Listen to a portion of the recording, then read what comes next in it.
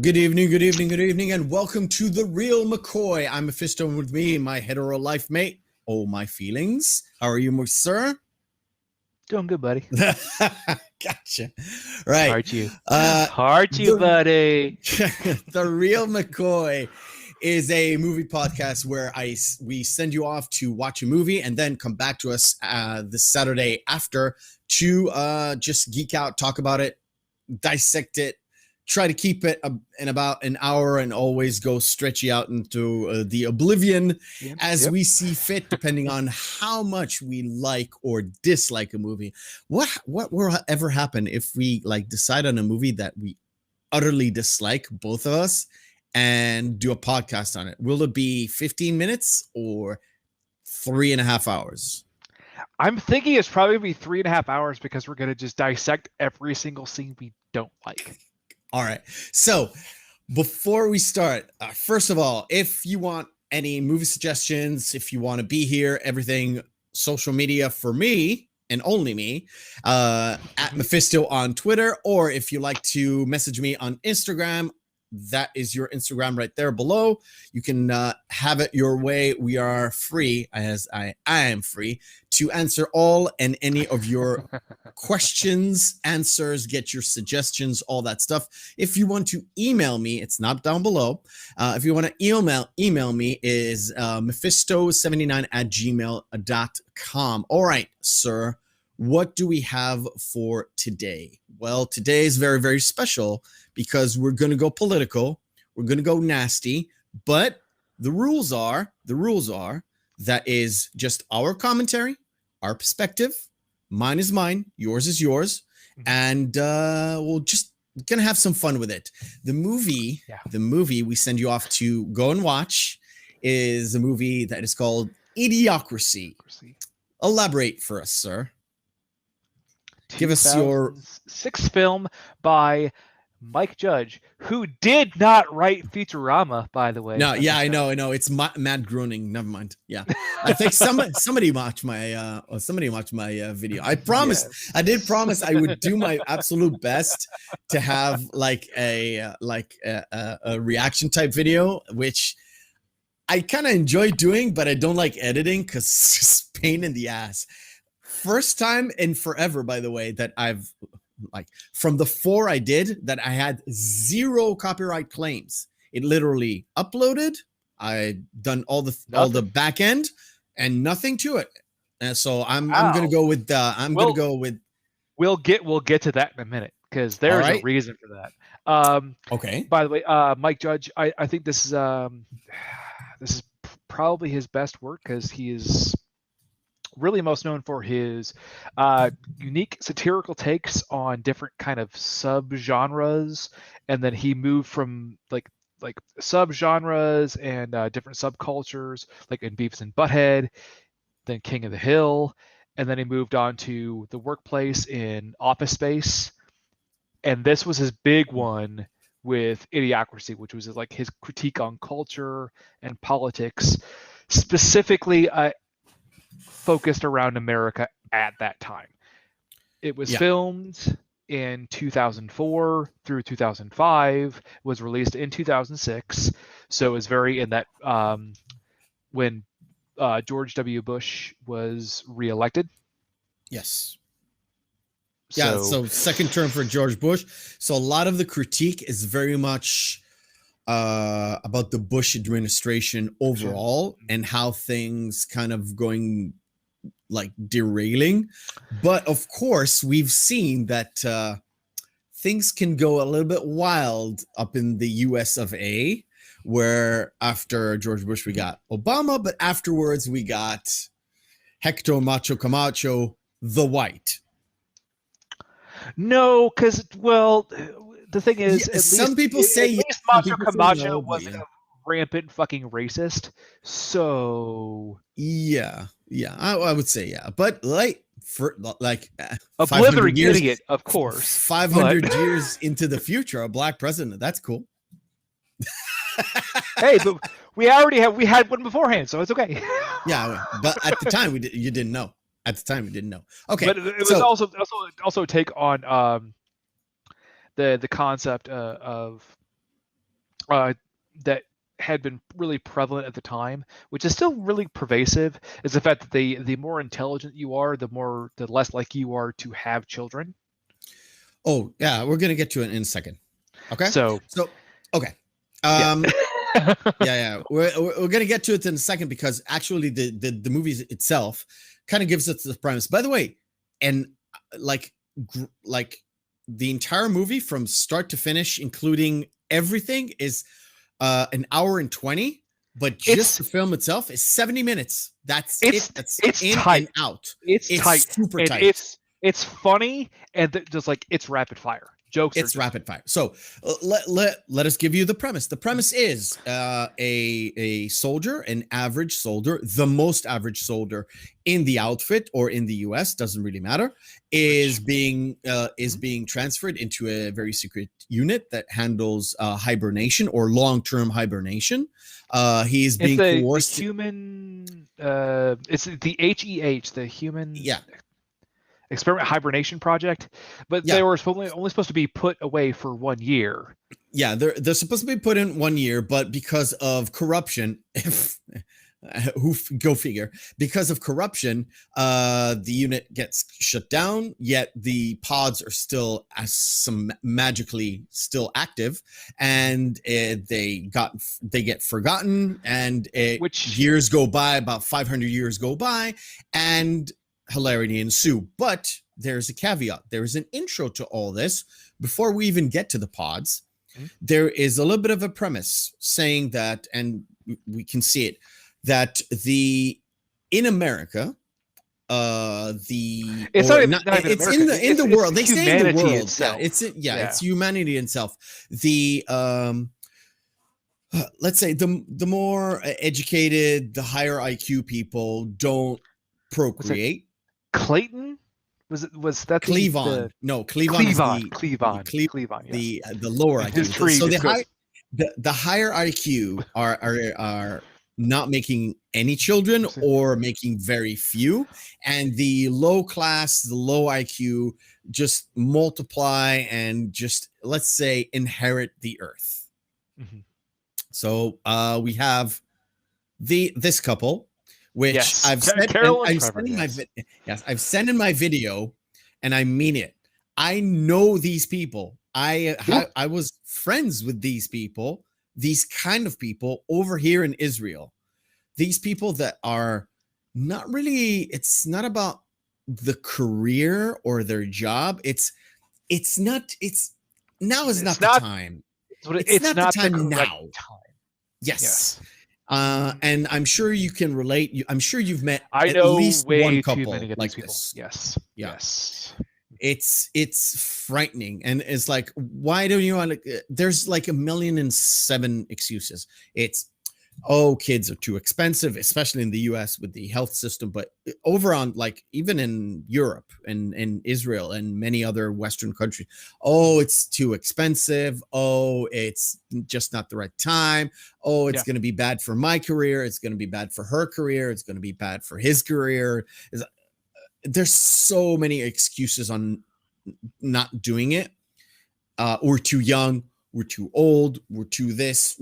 Everything is just excuses, but it's not real. It's not real. And we have the other side. Cleavon, who Cleavon. what he fractured his testicle. I that it? don't remember what happened in this. I was laughing my ass off. But as you can see, his family tree has already spread pretty wide. And it goes bigger and bigger and bigger, and as you can see, fills the screen. As you go outward, the names get dumber. And dumber and dumber. I know. Dumber. By the way, have you seen this? Like, these names are cool, like Caitlin, Rebecca, but like Mason, and Diego, and Destiny. And Destiny was Kylie. No, Kaylee. That's Kaylee. Kate. Okay, fine. Kaylee. Yeah, that's Kaylee. Yeah, dude.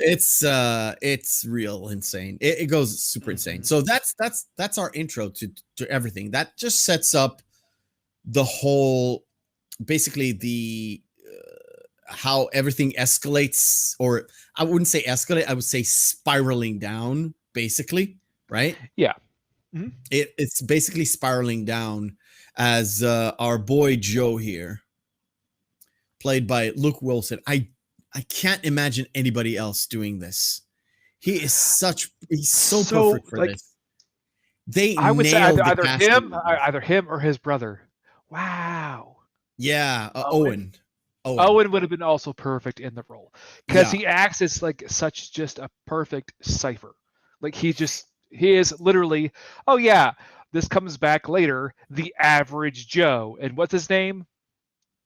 Joe. Yeah, I know. It's so he's a librarian, but he basically just sits on his ass and he just wants to skate by life. Just wants to get to his pension and just sit on his ass doing nothing. He gets transferred into that unit, as we said. And of course, I'm going to just drop it for a little second. We have got this, which you got perfect. This graph. That's his whole thing. And you've got like 7 other graphs that Joe Bowers is literally in the middle of it. So it's like health, life expectancy, IQ, everything is literally in them, and he's like dead. So they said dead center. He is quintessentially the middle man. That's why they picked him for it. Exactly. So now we're gonna do this review as we did last week. We're gonna skip forward and back because I want to make a point. There was a lot of criticism about W. Bush, that he's a C average student, right? Even Chris Rock had a magnificent special where he kind of ended it, where that was bigger and blacker, right? I'm not sure which one it is, but he said at the end of it, he said that an average C student black man can't reach can't get a job, but if you're a black like a white C student, you might happen to be the president of the United States, right? Yeah. So it kind of, and that was like 2001 or 2, something like that. I think it was 2, and then Carlin had the whole, like, Carlin ripped him to shreds specials before he died. Yeah, especially because of that C average student, and he had a whole bit about literally this entire movie. Yeah, right? It was actually Robin Williams in his best special. He the did one from 2004 after he had his heart attack? No, the one that he did on stage in 2002. Yeah, that's the one where he goes up and he looks behind him and is like, oh, it's like pussy hairs.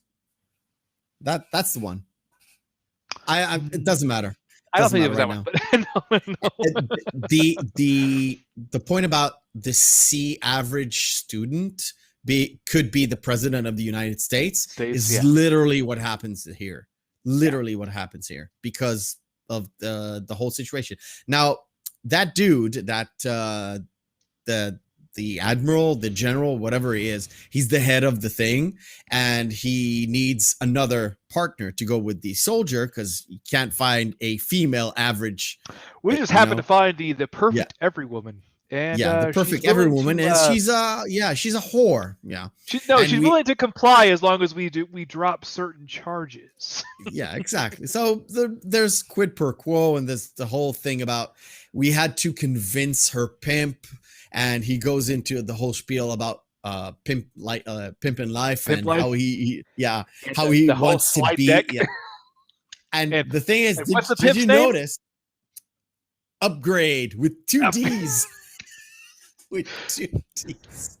Why? Why does it have 2 D's? Because he's pimping twice as hard. Yeah. That's why. I literally saw this movie 2 hours ago with my wife again. It's so fucking fucking my funny. God. All right, so the whole point is, did you notice when he comes into the room where they're sitting down in their pods? I'm going to show it in a second. He went like, "What up, my N-word?" And I was like, "Ooh, baby."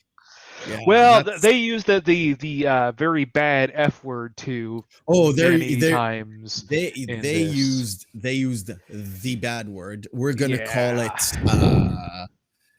it. Is fairy safe? They call it a bundle of sticks in Britain. They used to be called. We can replace that with Sissy Marys. Yes. Right. It's a, the bad F word, not the good F word. It's a bad F word. But now that you brought the pods up, I just wanted to bring this one little segment up when they eventually end up getting lost here. It's actually, oddly enough, Mike Judge was doing a callback to an episode of The Twilight Zone. Oh. Called the Rip Van Winkle heist. These guys steal a whole bunch of gold bars and they drive out to the desert, and the scientist, it's like, well, I can put you all in these glass enclosures. What we'll do is we take this certain mix of gases, and as long as we inhale the gases over time, we can sleep for 100 years, wake up, still have the gold. Then, since no one will find us, we can then go and, spend the money as we want because we've been lost forever. The gold will be untraceable at that point in time. So that's what they do. Yeah. And I like the fact that this is the part where they get forgotten, right? And I love the fact that avalanche. No, it's just before the trash avalanche. The escalation of the Fuddruckers. Fuddruckers becomes truck fuckers, and it at the end it becomes butt fuckers. Butt fuckers. Yeah, it becomes butt fuckers at the end, but it's like truck fighters and all that stuff. And at a point where you see that like little scale as the time goes by, you get an explanation about the scientists. The scientists have literally only studied or like diverted all their efforts into hair removal and dick pills, basically. And I was like, oh yeah, that's right. Yeah. That's right. That's all we have. Yep. That's all we have. Even today. It's insane. And I like they put the monkey the orangutan has a lot of hair and has like this kind of a boner. Like, well, at least they succeeded in something. Yep. It's like, well, hey, preach, how's a hair transplant doing for you, bud? Yeah, well, yeah, I mean, I guess these scientists are happy with the results. And I've laughed so hard. Oh my God. So we have so there was much neglect, and in 2505, 500 years into the future, there's so much neglect, there's trash everywhere, like there's mountains of trash that nobody deals with, nobody's recycling, no one like does anything, right?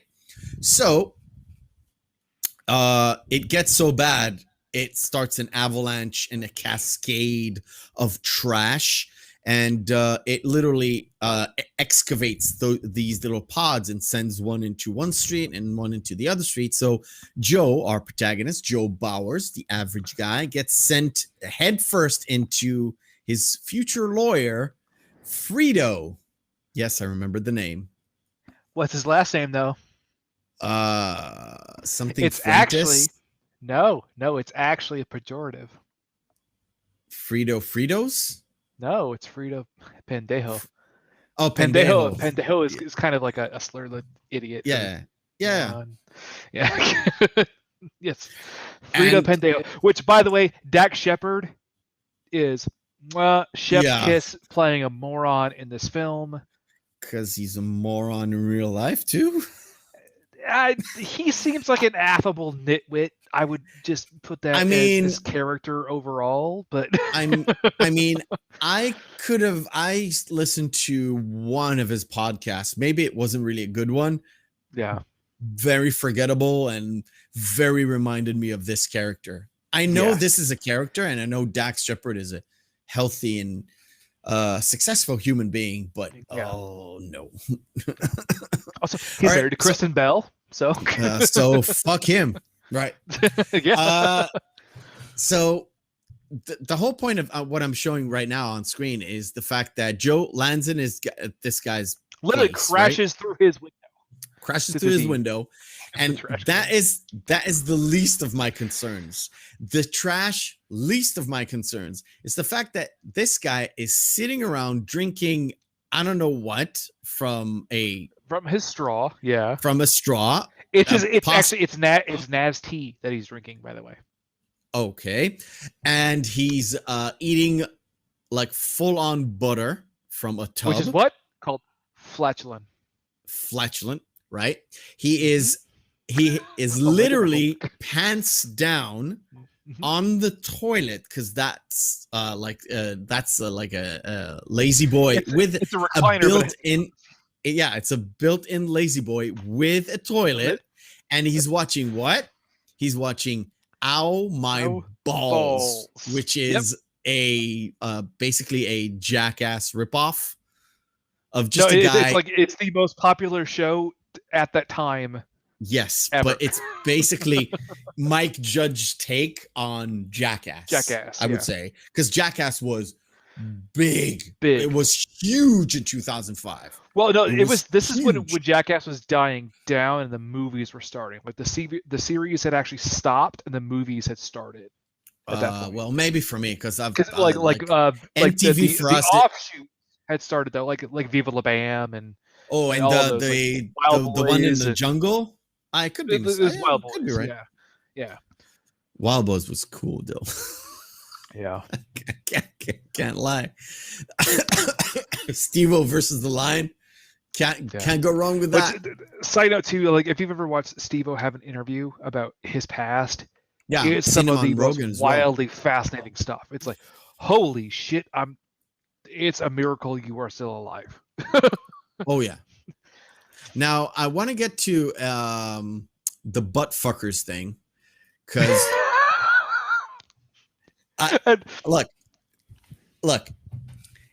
Yes. First of all, you see the progression of the name, right? Throughout time, while time goes by, just to give. Why is there a colon in the middle?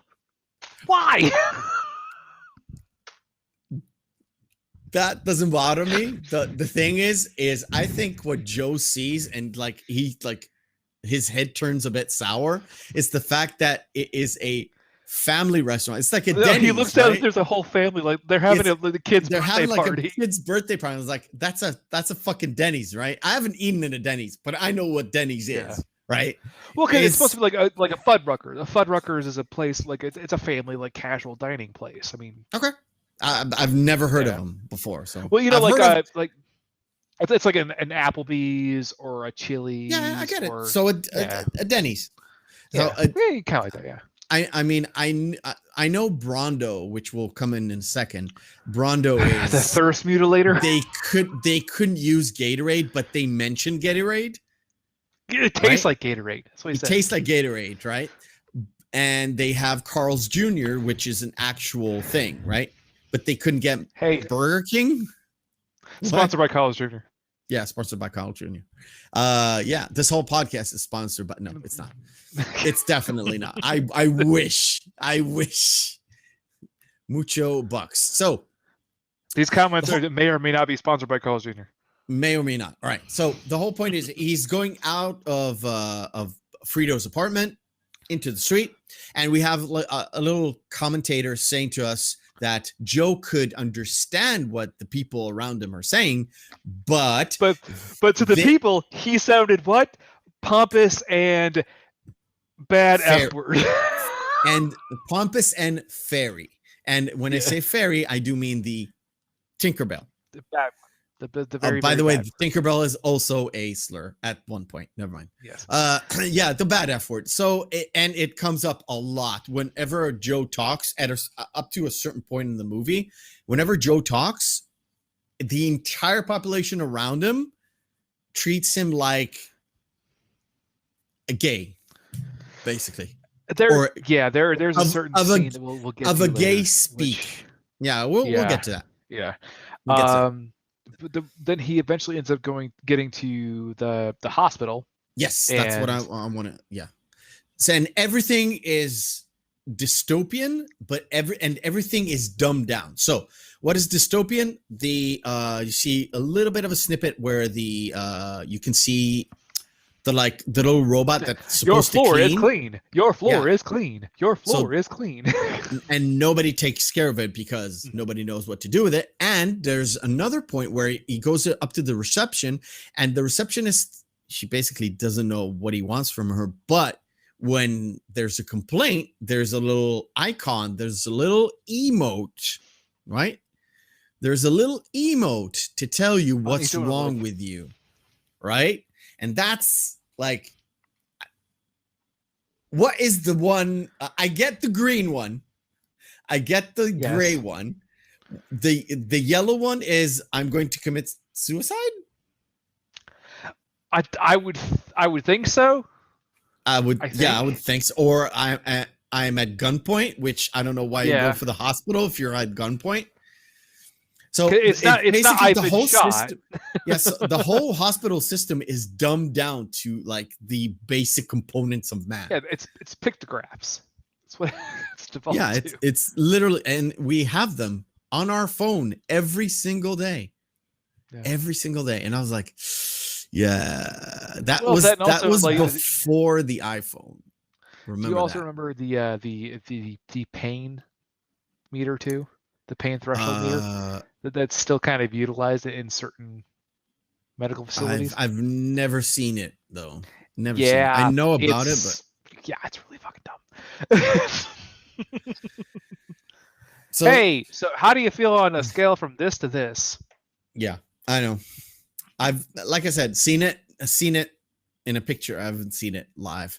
And so the whole point is he gets an appointment. He's thirsty. He goes to the cooler and he wants a drink, and he starts to drink. He's like, this tastes like Gatorade. And he sees the Brondo, turns around, and he like asks a random person, where's the water? Water. Can I get a drink of water? Yeah. Like, He's you like, mean from the toilet? yeah. Yeah. He just completely laughs at him, dude. And then oh yeah, the mix up with the and you put this one in your mouth. yeah.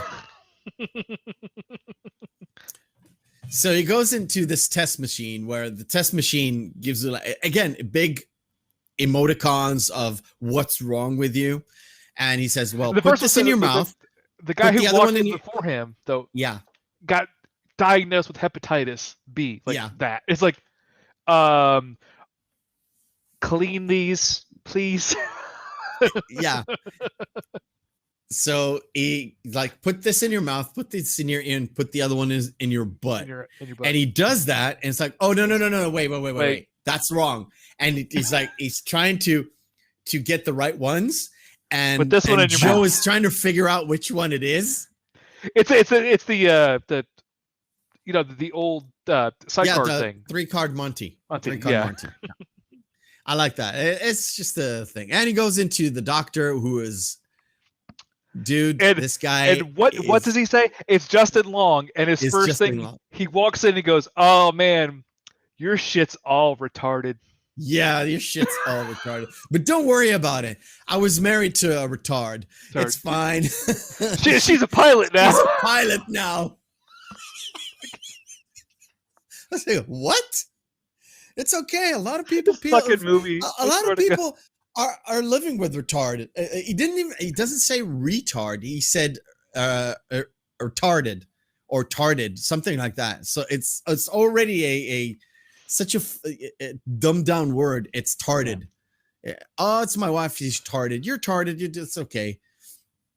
So I'm gonna skip a few levels here, but he says, well, this is your bill, and he's like, just put your put your tattoo, and he's like, and as soon as he finds out there's no tattoo, it's like, you're oh unmarked. my god, yeah, you're unmarked. It's so strange to him that somebody's unmarked. He's freaking the fuck out. So apparently everybody has a tattoo, so they can literally do everything, because you just swipe and you're good to go.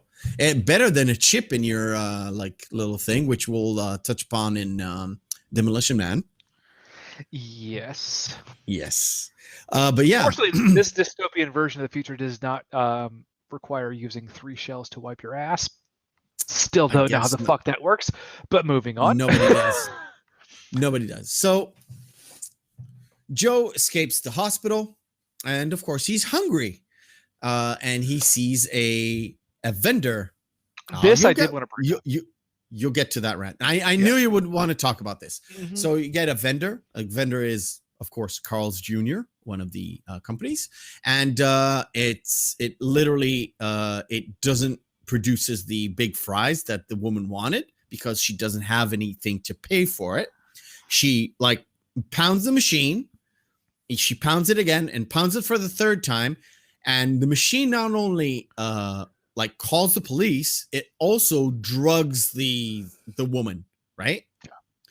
And apparently Joe thinks he can then after that, then chastises her oh, you're a terrible mother. Yeah, you're a terrible mother. You're an unfit mother. Yeah. And your children will starve. Carl's Jr. has been called in to bring it no, it's your children are now property of Carl's Jr.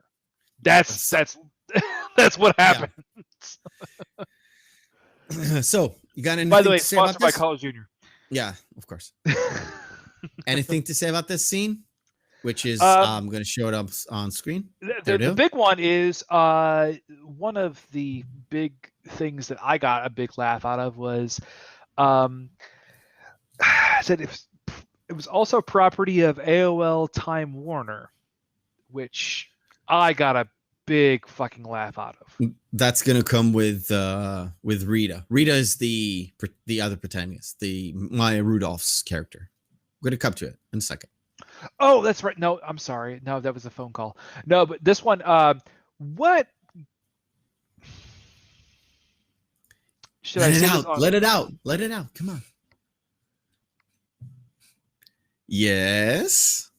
In a way, I can see how this actually makes sense, but also it would take some kind of, I don't know, like not even a malicious entity. It would take some kind of inherent thought behind any sort of there had to be someone behind the wheels in that decision-making process and actually to make that work. Do you know what I mean? How cruel that concept was, and then for the actions to play out the way that they did. You mean what? Getting the kids to work for Carl's Jr. because the mother can't pay for their food? Yes. It's very sinister. It came from somewhere. Basically, if you dumb it down to like the absolute like base point, it's basically going back 4,000 years to ancient fucking Greece and even before, right? No, but I mean, when people didn't have, right? No, but I mean, at this point in time, humanity is so fucking stupid, as we will see with the police here. Yeah. Which, by the way, I love their fucking uniforms. It's the dumbest fucking shit. Okay. But there has to be some kind of malicious entity behind that, who is the driving force behind it, or that if there were protocols put in place that have never been unenacted, that were enacted at a certain point in time, where they're just either plotting through their paces or someone is overseeing this. The same thing with the giant fucking Costco that we see later. Like, there has to be something behind it. It's the same escalation that leads into the Brondo thing, where Brondo was. Oh, I'm going to jump ahead. Yeah. Because the giant food pyramid where everything's it's not only the giant food pyramid. It's the fact that water was deemed like a threat to Brondo's profits or the profit margins so much that they literally bought the FCC and the FDA because reasons, because they could, so they did. And that kind of gave them leeway to be not a lobbyist, but actual part of the government, I would say. Yes. Yeah. And that allows like we'll call it unconstitutional laws, which basically is slavery. All right. So these two cops come in and it's like, that guy doesn't seem like an unfit mother. Yeah. But they do arrest him. Is that the unfit mother? No. Yeah, but they do arrest him. He is not. He's unmarked. That's why they bring him in. No, they come in not because of him. They become. They come in because that. But they see that well, that's not an unfit mother. But he's unmarked. They can see that he doesn't have a mark on his arm. So. And they know he's like from the hospital, and of course they take him to. He got arrested for not paying his bill, and this is not literally a kangaroo court. It's literally a kangaroo court. I love this actor. I don't remember what his name is, but he's also he's in Office Space playing a very different role there. Yes. Very different role. Have you seen my Deep Blue? Yeah. Yes, you see Deep Blue. All right, so in here. He is the judge and basically a jury and executioner. And they sit down and, of course, Joe is getting a court-appointed lawyer. And, of course, defense attorney. Who's going to be? Yeah, it's Frito. It's Frito Bendejo. It's Frito Bendejos. And he basically rats out Joe. No, he's actually conferring with the prosecution. Like, yeah, this guy's a dick. He crashed in my apartment. The thing is, he's not going to be able to pay me after he pays his hospital bills. What am I going to do? I like the fact that the prosecution starts, and he was like, "Well, look at him. He's guilty. He's like, clearly guilty. He's clearly guilty." It was like, what? And from our perspective, it's like, are you kidding me? But then it's like, we've got this evidence and stuff that he didn't pay the bill, and he talks like a fairy, and it's like, and all Joe does, he hears the prosecution wailing on him, then the fucking his defense lawyer wailing on him, giving away everything. And he was like, dude, don't, and he starts going on his spiel. No, I was on an experiment, blah, blah, blah. And as soon as he goes into his spiel, the narrator comes in. And of course, he gives us the rundown. Look, these people, all they hear is wah, wah, wah, wah, wah, wah, wah, like what's his face's mother? Not Snoopy. Charlie Brown. Charlie Brown's his mother or teacher. Wah, wah, wah, wah, wah, wah, wah. Us, and by the time we get to that point, it was like the judge is like, guilty, and everybody cheers as if it's like Night Court or some sort of a reality TV. And Night Court. That's a good call, by the way. Yeah, I know. It's not really like Night Court, but it gives like a reality TV show, show where like if Judge Judy had a live studio audience behind her, like she does, but it actually allows them to hoot and holler. But get the Jerry Springer audience in Judge Judy's courtroom. That's how I see it. With a very suspicious, dumb judge, I guess. All right. So before we go to our first segment, I want to cover this. So our girl Rita wakes up. Yeah. Our girl Rita wakes up, and of course she's a prostitute. And very early on, she figures out that everybody around her is dumb as shit. Yeah. Dumb as a box of rocks, right? And this dude, I love this part. He's like trying to get with her, and she's like, yeah, I'm going to go. We're going to hang, but tomorrow, just pay me now and by the hour. No, the thing is, you can have this. I get paid by the hour. Yeah. He pays her. And he's like, pays her. And so we're definitely going to be together. At the end, you know what? You're going to pay me for this later. So the most interesting thing here is where she picks up the phone and she's trying to call collect. By the way, this movie did not predict the fact that there are no payphones anymore at all. I don't know what's your situation there, but there are no payphones. Zero payphones anywhere. No. So she picks up the phone. It's like, oh, collect. It's a Time Warner, AT&T. By the way, they've already it's AOL merged. Time Warner, which that was the thing that got me laughing. I was like, yeah, because this was before the merger, right? No, this is after the merger. Okay, so it's Time Warner, AOL, AT&T, which is now AT&T controls both, right? And Taco Bell and the U.S. government. So all that, like the corporation and the state are together, which is fascism. And she's like, what the fuck? And she wants to get to upgrade because she doesn't realize what time she is. Just like Joe, he didn't realize when he is. She got the dollar bill and looked at it with the bucktooth hip and like, holy shit, what the hell happened in a year?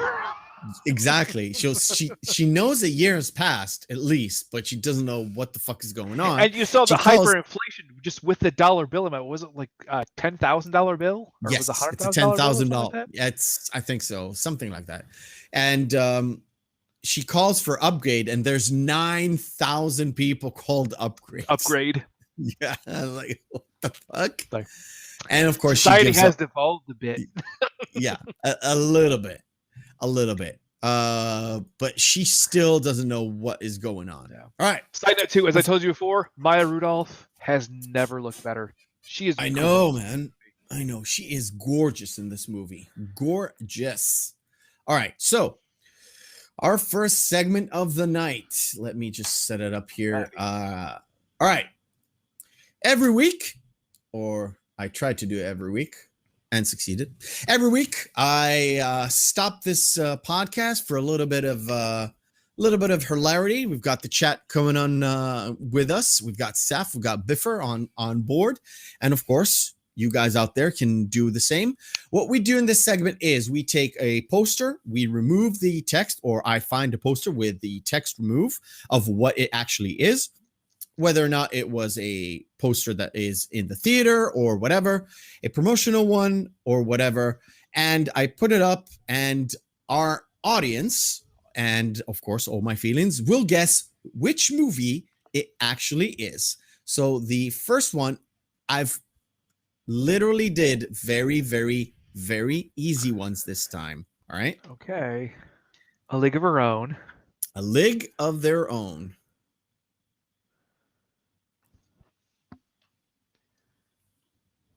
You want me to punch in?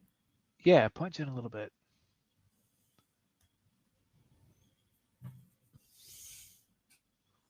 Wow, I thought you would get it. It's not Contact. No, it's not Contact. Chat. No. Wow. Seth, Biffer. Seth wouldn't know about this one. No. All right. This is Cocoon. Why is it? Oh, wait, hold. Come on, come back to me. Really? That was Cocoon? Yes, Cocoon. Wow. All right. Back to this.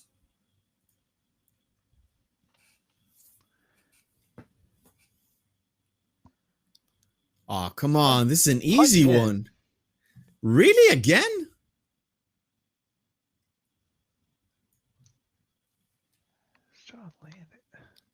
The only famous person here is that's Harry and the Hendersons. That is Harry and the Hendersons. That's Sleepless in Seattle. Sleepless in Seattle. It is. Oh God, it's not Moonstruck. It's not Moonstruck. Fucking Tom Hanks. Too many. This is 80s Pizza? Tom Hanks. What? That's not Mystic Pizza? He was not in Mystic Pizza. No, dude, this is so easy. How the fuck is this easy? When I tell you, you know. Who's the actress? That's it's an Arquette. No. Not That's Daryl Hannah. Daryl Hannah. Wow. No, then I've got nothing. Splash. Jesus Christ. Easy ones. Yeah, dude. Very easy. Come on. Are you kidding me?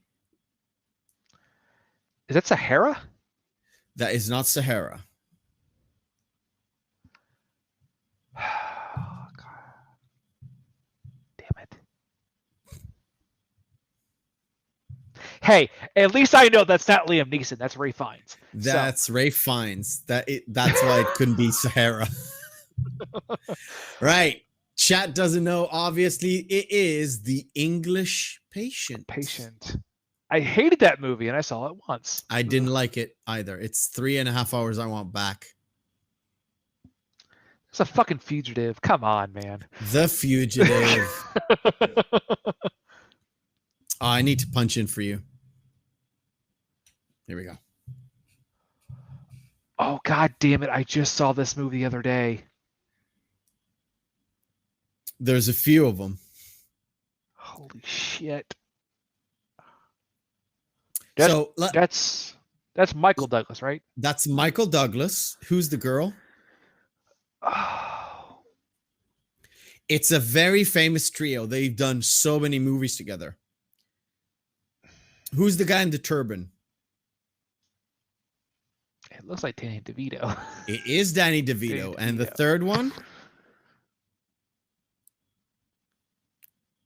is Kathleen Turner. Kathleen Turner. So, what movie is this?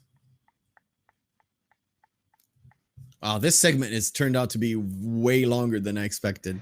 Nope. Jewel of the Nile. Of the Nile. It is one of three. By the way, in Hebrew, the translation is following the romantic treasure. That's what the name of the movie in Hebrew. Which is odd because that looks like nothing like Kathleen Turner either. Yeah. Oh, there's two more. This one.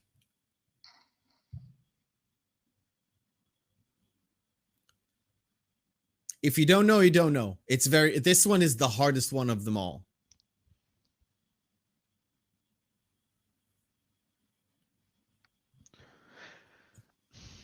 Was Jet Li in this? No. It's older than Jet Li. Well, not really older, but no, it's not Golden Boy, Saf. It's not the Forbidden City, Saf. Good pickup though. It's called The Last Emperor. And this is the last one. Death Becomes Her? Is that No. Good guess. Very similar poster, by the way. No, it's with it's the witches and Jack Nicholson's It's the devil. The Witches. Shit. You got it. You got it. The Witches of Eastwick? Eastwick. Yes, sir. The Witches of Eastwick. Wow. Easy one's my ass. Come on, man. You gotta give the people something. You gotta give the people something. All right. Just so that we're doing Casino, and I am doing the full Joe Pesci rant, the full one. Okay. All right. So our boy you Joe, Jew motherfucker, you.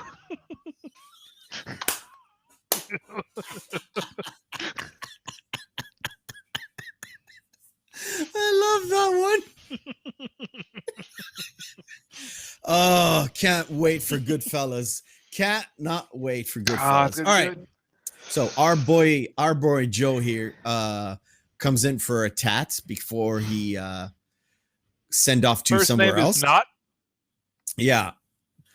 He's like, "What's your name?" I was like, "Not sure." I was like, "Oh, are you not sure?"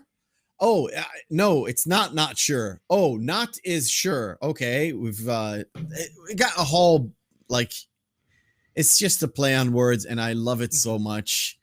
And he's like, "Don't move," and he literally takes a picture of him when he's like trying to. What do you mean it's gonna tattoo? Ow! Yeah. And from here on in, he's called Not Sure. Sure. And then from here, he gets sent to an aptitude test because apparently, when you go to jail, you need to do an aptitude test. The one guy has the triangle box and he's trying to smash it into the square hole, and he looks over and goes, "You mean this?" Yeah. Oh, this is the first. No, this is the first one, and he's trying to put the square in the round peg, basically. Yeah. And the other one, that's so hard to catch. This one, he's trying to do it. And he looks over his shoulder at Joe, and he's trying to hide it so you won't copy his test. It's so fucking hilarious. And the question, you realize the question, right? If you've got a bucket of 5 gallons and a bucket of 3 gallons, how many buckets do you have? 2. 2. And I was like, oh wow, that was way easier than Die Hard with a Vengeance. That was way easier than Die Hard with a Vengeance, with the jug of 5 liters and jug of 2 liters, all that stuff. Yep. Oh man, That's a deep cut joke, by the way. That's that a is a real deep cut joke. I know. So Joe's getting sent to prison, and Joe's getting sent to prison. And of course, you get this scene. It's like, you here now. It's like, me? Terrified and Yeah. afraid, Joe thought the only thing Yeah. he could, the only logical Yeah, thing he could do and Joe, is use his superior intelligence. He goes, well, excuse me, guard, I was actually supposed to be released. Get in that line, stupid. and that kind of, for me, it's a super deep cut joke, because that's actually goes to me. It goes to Brian, Life of Brian, where the guy comes in. Crucifixion? No, I'm to be released. Okay, you can go. Nah, I'm just pulling your leg. Crucifixion. I was like, Oh. dude. So Joe uses his mighty superior strength. It's also kind of mind. it's also a joke on the American penal system in a way too. How it's a Really? So it's roundabout. just, yeah, sort of a revolving door of Yeah. criminality. So this Joe just tells this guy, after he skips the line, he goes to this guy and is like, you're not supposed to like get out, so get back into prison. And he was like, no, just check your files. Just check the record. As soon as he turns to check the files, he just runs. He just gets out of there. And there's like 2 turrets that's supposed to kill him, but they like one of them gets warning, yeah. escaping, and they both turn on each other, and one just shoots. And one of them just shoots the other one, which is awesome. It's like perfect. It's so good. Yep. He runs away, and of course, the first guy he goes to is his lawyer. He goes back to Frito, he goes back to the apartment because he knows actually where it is. Because apparently everything is like this close together in that town, right? Yeah, and where exactly, Everything is- where the hell are they exactly? Yeah, they don't say, It seems because like it was a major military base. I'm assuming they would have to be in DC. well, think? technically, as soon as they closed the base 500 years ago, so it could be. Oh anywhere. yeah, and then where the trash migrated. So yeah, who knows? Yeah, you're Yeah, right. who knows? So he goes in and he's like, this is the future. You got to have a time machine. And Frida was like, yeah, there's a time machine. Do you know where it is? Yeah, I know where it is. It's like, can you show me? It's like, nah, I don't want to. It's stupid and it always breaks down. And at that moment, if you were anything like, if there's a breadcrumb, this is where you should have picked up that breadcrumb and said, okay, that's not going to happen. We're not going to see any resolve, Yeah. timey-wimey, nothing like that. And there's another one when they go into the Costco in a little bit.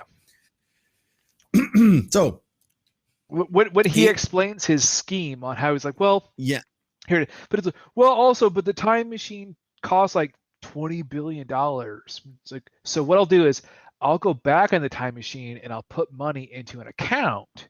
And so you can get that money off compound interest. And trying to explain it to him is like speaking Egyptian to a frog. It's obviously not going to fucking work. Yeah. He's like, so he basically, like, well, here the thing is, well, like, you're going to have money. 30. It's money. Yeah. It's money. Yeah. Okay? I but love money. I get 30, but if it costs 20, then how much is like? Yeah, it's $80 billion. $80 billion. Oh. And he's like, I like money. money. Yeah. So they go out. They literally find Rita still with that customer who still gives her money. Is like, oh yeah, in 2 days they're gonna get down, bitch. And they find her and they pick her up. And they tell her, she basically finds out they're running from the law. I was like, hell no, upgrade is gonna kill me.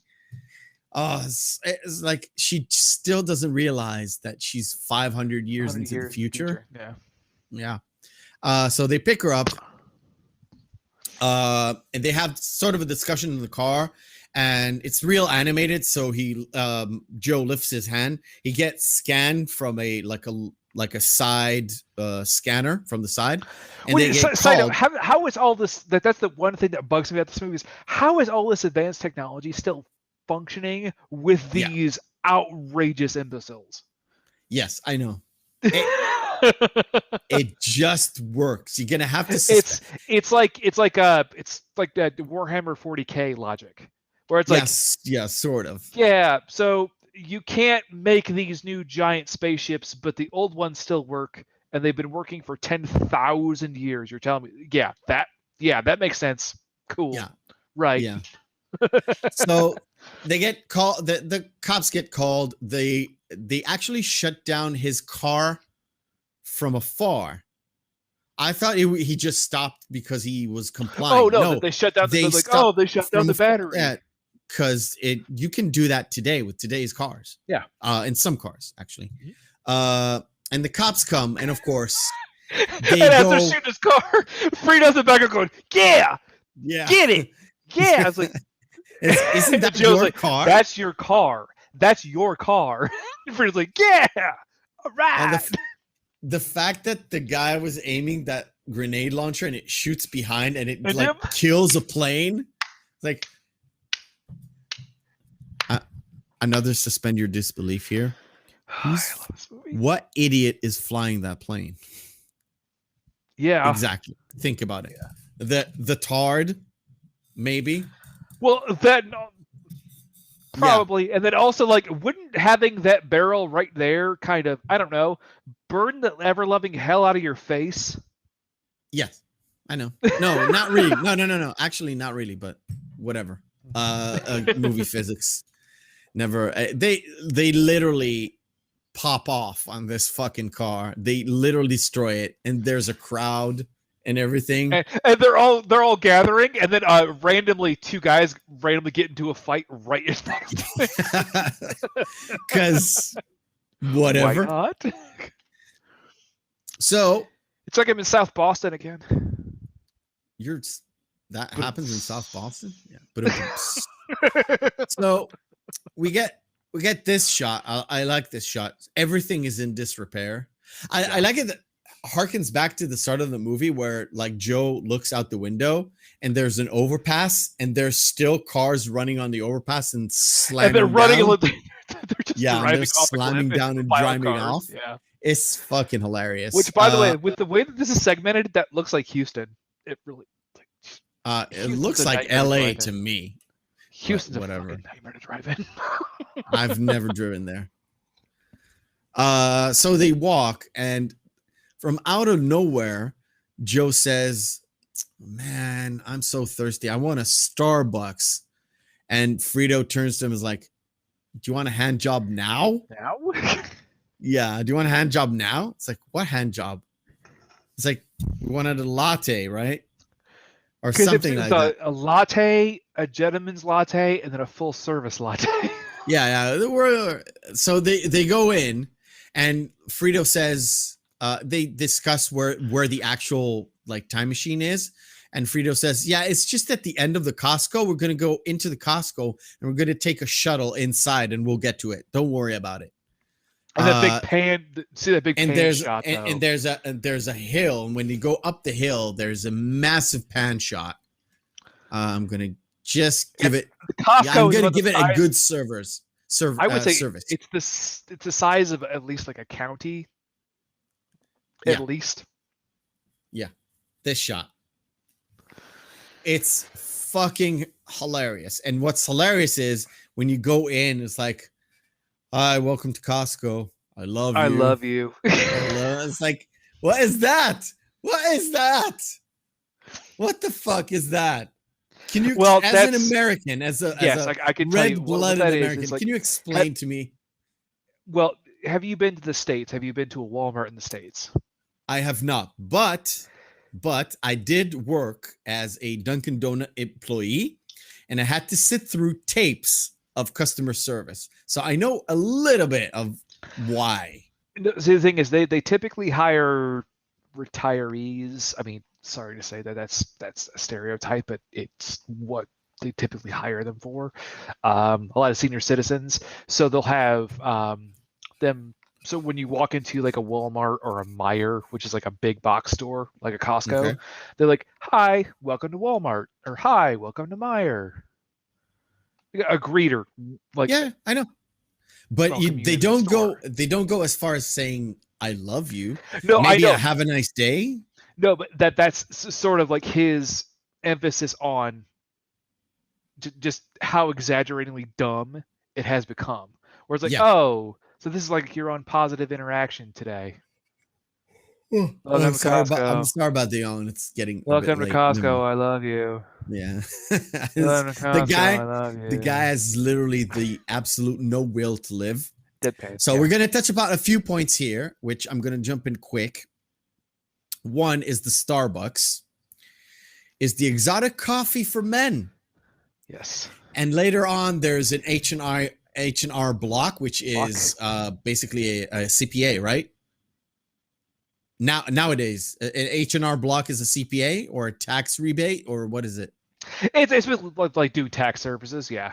It's Yeah, not really all a right. CPA, but yeah. But in this setting, it's also a like service Yeah. for men, and also a not really a El Pollo Loco, but of the variety, Yep. but with sex. Mhm. So we get a nice array. So that's one point. The other point is the conversation that they have inside. It's like Joe says to Frito, "Do you know your way around?" He was like, "Yeah, I studied I studied. I got my I law was in degree here. lawyers. Yeah, I got my law degree here." It's like, okay. And another thing is when they actually get to the shuttle, Rita goes to the bathroom. Frito goes like, "Oh, bathroom," and I was like, "Oh shit." Frito is either Beavis or Butthead. Butthead. Mm-hmm. Yeah, he's Butthead, basically. Not Yeah. Beavis. He's Butthead. It's like, yeah, he does the Butthead thing. And when she goes away, the shuttle comes in. Frito's like, "Let's go." And Joe's like, "We have to wait, but wait." And he goes to one of those spiels where every single movie that you have like a time thing or a time traveling thing, it always goes to. It's the paradox. The paradox. It's the paradox. Like, he brings up the paradox. Like, well, no, because if I were to go back in time, then she wouldn't be here, and I wouldn't be here. If I. So wait, how does time travel work again? Yeah. And so of course, poor Frito is just like, and the door just shuts. Yeah, the door just shuts, and of course he lifts his arm because he's animated talk. Scanner catches it. Police gets called. Of course, Rita The one thing I avoids the do cops again. Call back to real quick though in the Costco scene that. Yeah. Why is there that one giant fucking like huge warehouse size thing with only full of red couches? Oh yeah, I'm gonna show it. It's in 2005. How prevalent was IKEA in the States? It wasn't that prevalent. It was gaining popularity though, but I'll tell you why. I can see it was kind of a spoof on that, but it was still just like. I'll tell you why. every single IKEA I went through, I'd never been to the States, never been to Target, never been to Walmart, but I'm guessing they're practically looking like this, but a very much a subdued version because this is way exaggerated, right? Yeah. But I've walked into 2 IKEAs here, one in Manchester. It looks exactly the same, but the red couch is a staple product that they have. not specifically a red couch, but this design is a generic couch XYZ, whatever. You can paint it yellow, blue, red, doesn't matter. It's this couch that is very like for if you Like just buy a outrageously couch for the prevalent first there? time from IKEA, this is the couch. Couch. Well, I guess they must be different in the States then, because they're not quite like that unless you go back into like the No, I back mean rack, in like 2005. clearance No. areas. I mean in 2005. Okay. 2005, 2006, 2007. There was a section where you could walk in and there's the most sold couch is that couch in yellow, Huh. in blue, and red, and white, and gray. Doesn't matter. It's that design that is there. Wasn't surprised to see an exaggerated version. Let's just say that. Okay. Well, that makes far more sense then, because it's like, why is that one couch? Okay. All right. So Moving on. He gets arrested, but this time he doesn't go to prison. He actually goes to the White House, and there's the gates with the lady. Now that design normally comes for like I've seen it on truckers, like hauling. Oh yes, truckers. the trucker They with have the it lady. the lady who's like Right. laying down with the tits and everything, and that's the gates. So he goes in, he doesn't know where he is, and it's like, that's the White House. It's like, what are we doing in the White House? And he gets sprayed with the mace. Yeah. So don't ask dumb questions. No, because there's like, what? I mean, like, what do you mean? Where am I? So he goes in and he finds realized like, that, oh, he's the smartest man in the world right now. it's like, What? And he even says, wait a minute, what the tests that have those were like super easy. And they were like, I don't know. And we get the secretary. He meets the secretary, not interior, but secretary of state. He's the secretary of the interior. That's what he gets called. The secretary of state. He tells him, and every single sentence after he tells him anything is like, brought to you by Carl's sponsored Jr. by Carl's. And after the second or third time, it's like, what are you saying that? Because they pay me for it every single time. Every single time I say it. Even though, how can they monitor that? Yeah, how do they know it? Nobody knows. So we got our introduction of our president, 5 times live SmackDown champion. So he's a former wrestler, a former porn star, and Hector Macho Camacho. Was also Dwayne. His middle name also include Mountain Dew. Yeah, Dwayne Hector Mountain Dew something Camacho, and there's something, right?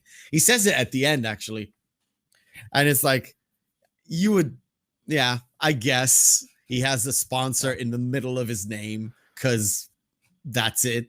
Because yeah, so we've got the Secretary of Defense right here. That's Sarah Rue. Ooh, yeah, Sarah the gorgeous Rue. Always had is after she lost weight, by the way. That's like right when she was starting to, like, now she was huge.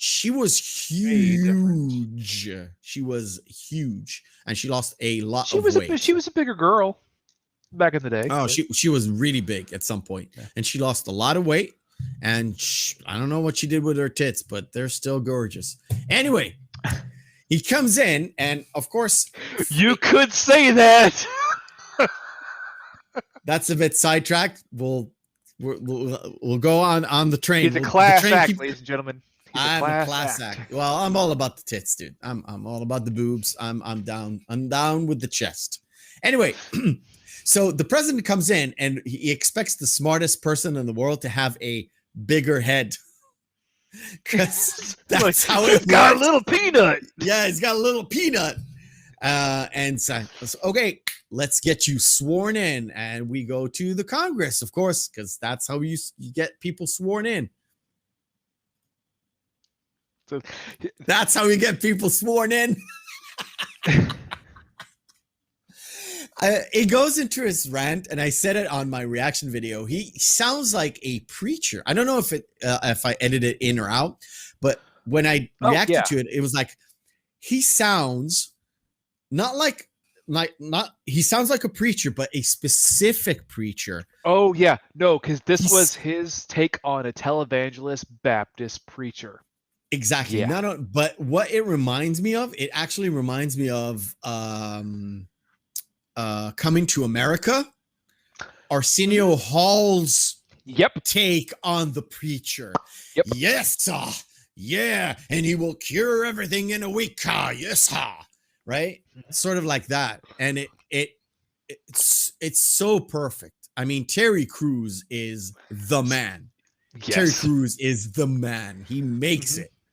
Every time there's a moment in the movie where it kind of slacks off and he's in it, he was like, all right, keep going. Yeah. And the action keeps going, right? I don't know if because this was actually like this, oddly enough, was right after White Girls. Really? Yeah. All right. And he had a big part in making White Girls actually kind of funny. I haven't seen that in a long while. It's a terrible movie, but his line at the end of that is one of the funniest little segue cutaway lines I have ever heard in a movie. He's heartbroken, not because the person that he was attracted to and had been dating was a man, but no, he was upset because he was black.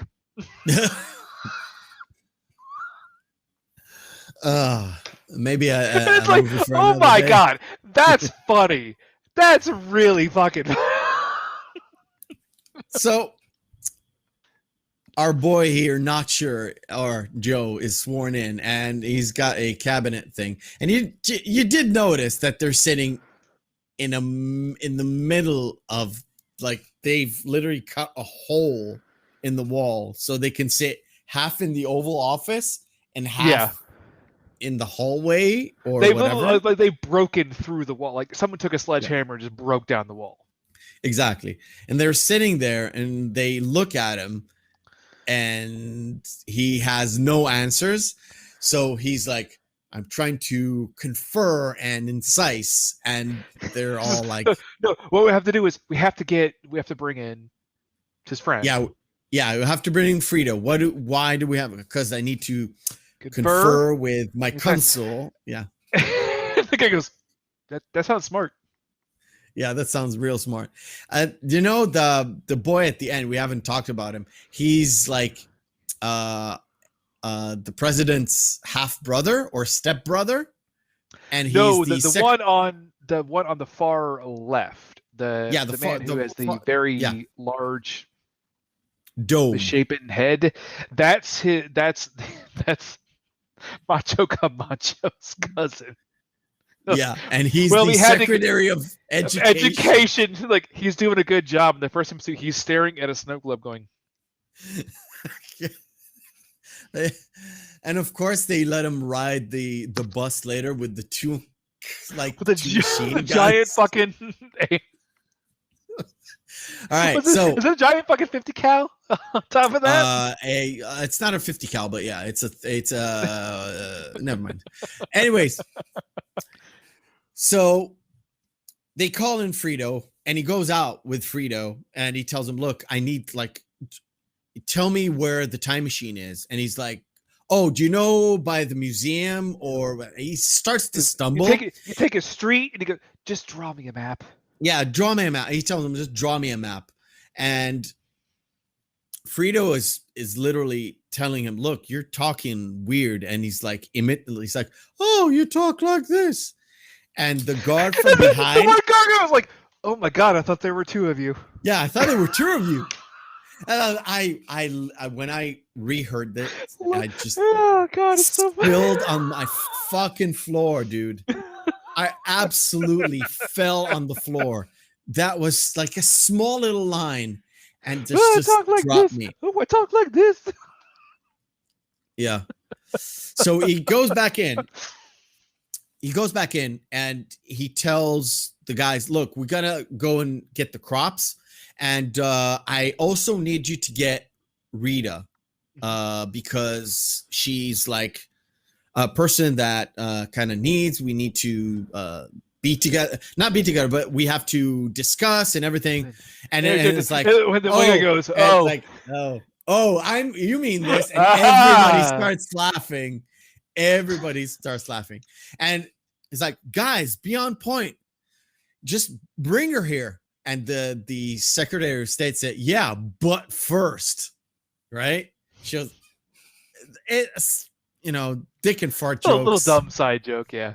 Everybody's laughing. So they go out into the fields, and Joe does not know what to do. He is absolutely oblivious because he is not a botanist. He's not a farmer. He's just an average guy. And the average guy in America in 2005 doesn't know how to raise crops because he's a city boy. I'm not I guess. A fucking farmer. Yeah, he's a city boy. He's a librarian. He's a librarian. He's not. It's not like he's well read, but he is a librarian who sits on his ass every single day. Yeah, and that's about it. So they go, and I like this part where kind of Frito slips him the map. The note goes, the notes, it's right there. Yeah, he's like he slips them the note real good, but after the note is with Joe, he's like he's pointing at it. Then he goes, it's right there. Yeah, it's right there. And he has the note, and of course Rita comes in, and this is the. He goes, hey, Secretary, sure, we brought that whore you wanted. Yeah, she's not a whore. He goes, no, literally, we arrested her because she didn't pay. Well, no, she didn't put out for a paying customer. Yeah, but we gave her a temporary whoring license because you requested her to be here. Yeah, it's like. What?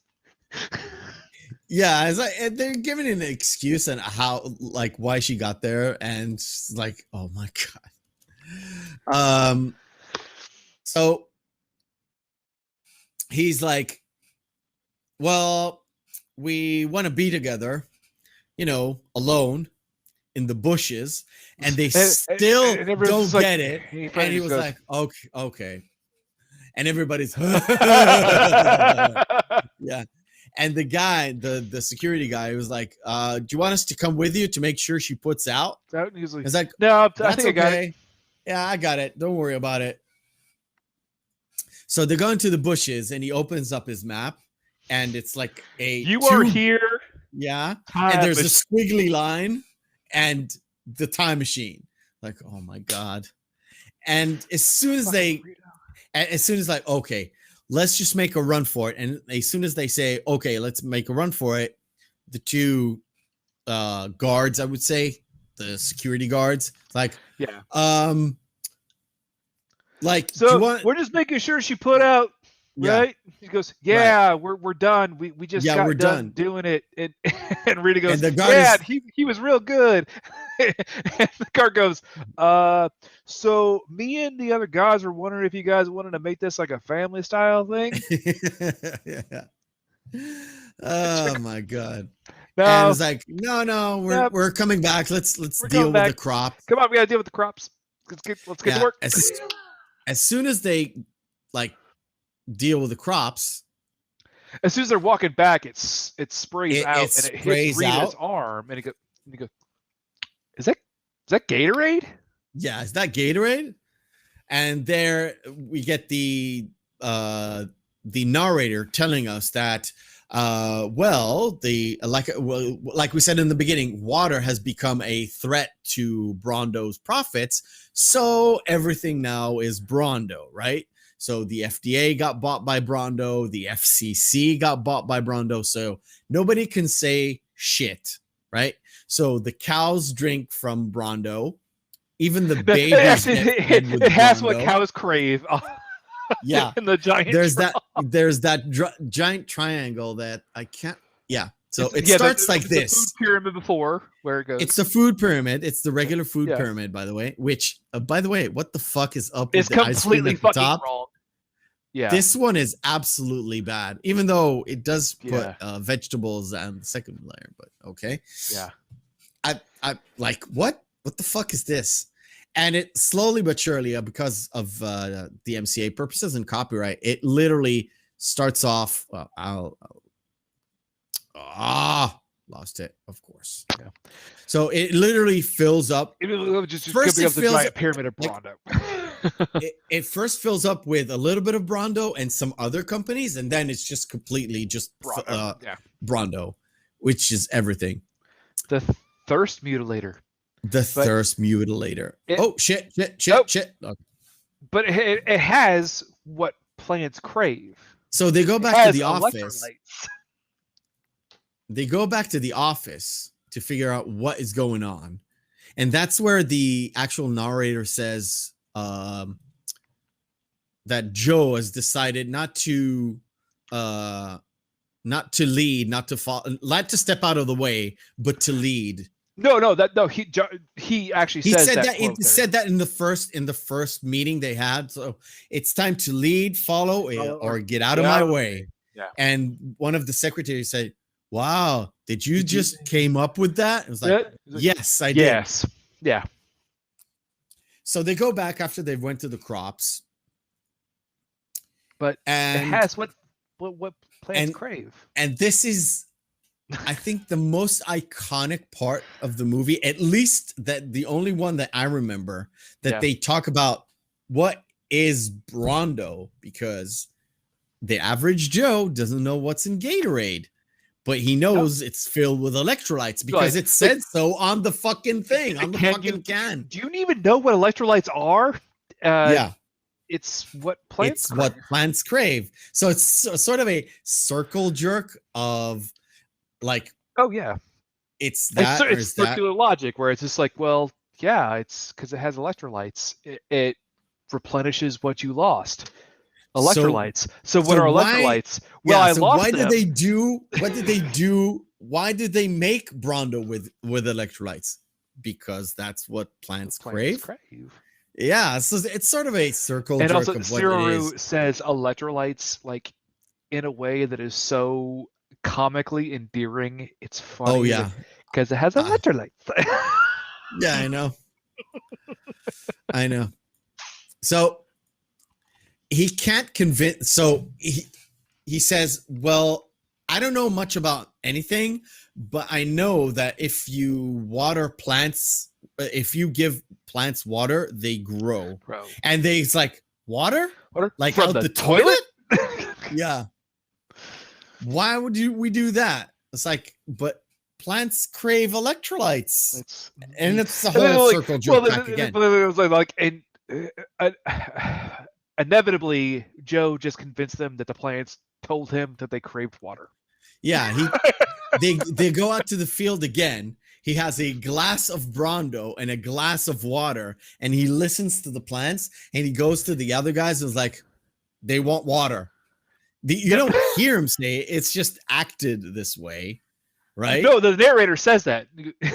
Yeah. And then the guys come in and they try to listen to the plants saying they want water. It's like, oh yeah, perfect. They're a little so bit of comedic fucking, acting there. It's so good.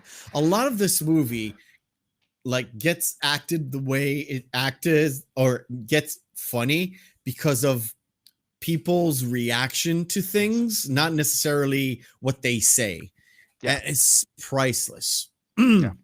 Well, again, it's just like this with also one of Mike Judge's, I would say as good, slightly worse film, but still one of my favorites, Office Space. It's like the timing in that movie and how the characters portray themselves, they're all just on point. I know. I genuinely prefer this one to Office Space. Office Space. Oh, I do too, but I'm just a bit distanced from it because I would never in an office like this. But if I was to work in an office, Oh like yeah, Office Space. it's I would definitely prefer Office Space to this movie yeah. for sure. This one is more general, so it has a lot of like political implications and all that. So we can get for an Office Space is very much you would connect more with that compared to this. It's more I again, think. it's more of a niche film. Yeah, I got you. Yeah. Well, Alright. well, not niche film, but niche genre. But anyway, moving on. Moving on.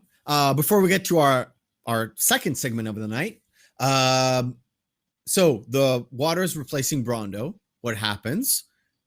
Brondo get their stock going to zero. Tanks to zero. Apparently, yeah, Immediately. tanks to zero. It's like Immediately tanks to that zero, would not and work. that would technically not work, Ever. even with like a sophisticated economy. But whatever. And because it went down to zero, it actually activated the firing self as the layoff. The layoff. And it So lays off everyone got fired. everybody because half the country is working for Brondo because Yep. Brondo is what like has electrolytes. It's the I guess. thirst mutilator, and it has what plants crave. So Exactly. So of course the CEO of Brondo is on the phone with the president because who is what? who is that? Who's the CEO? It's the guy from Wings. I don't remember his name.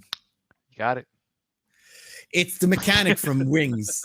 That's the only place I know him from. I mean, he that's was what in he's Spider-Man. really most He was known in for. Spider-Man and in many other movies, but he He was always actually plays like- the same character, by the way. Well, his best role was Always. actually in Sideways, which is a movie we should review at some point in time. Oh, he Sideways? Is that the movie with Yeah. where they go up to Napa Wine Valley? Country. Yep. Yes. Mhm. He also plays the same character in Wings. Exactly the same. Well, he was more of an idiot in Wings. Never mind. So I don't even know what the name of the guy is. I don't even know, but he's so good. And it's like, it's all your fault. Your fault. Yeah, Wait, it's you're the all- one who said to use water. It's your fault. Exactly. So we're going to go to our second segment of the night, which is Who is Better? We take two movies, we pit them together, and we see which one is the best one. I Don't lose your mic there, bud. lost my mic. See, this is what happens. Israelis are like Italians. We talk with our hands a lot, and we infer the. So we our have to segment is confer about these movies. exactly. So we have two movies. We pick which one is the best one. The criteria is at the end of the day, Friday evening, Saturday evening, you out with your missus, you out with your boy, you out with your boys, whatever it takes. Sit down, put on a DVD or stream a movie, whatever.